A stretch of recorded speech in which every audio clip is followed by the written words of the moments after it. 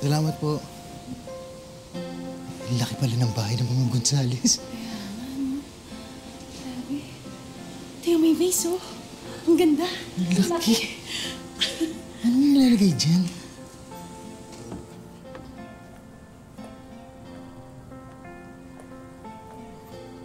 Alam mo ba na mas mahal pa yan kesa sa buhay mo?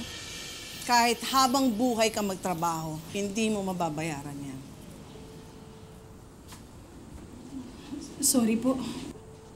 Elia, ka naman ganyan sa mga bagong magiging kasambahay natin. Pasensyahin na itong asawa ko, ha? Sadyang mahal na mahal niya lang yung mga gamit namin dito sa bahay. Kayo si Temyong Nida, hindi ba? Opo. Kami po yung ni-refer sa inyo. Kayo po ba si Sir Fernando? Ako nga. Pues, Nida, Temyong, sasabihin ko na sa inyo ang mga patakaran namin sa pamamahay na ito. Bawal kayo mag-cellphone. Kailangan isurrender ninyo sa amin ang cellphones ninyo. Kung meron kayong imi-message, kailangan ipaalam ninyo sa amin kaagad. Bawal kayong lumabas ng bahay. Pwera na lang kung meron kami inuutos sa inyo. At bawal kayo lumabas ng kwarto pagpatak ng 10:00. May curfew. Bawal din kayong makapagkwentuhan kung hindi naman kailangan.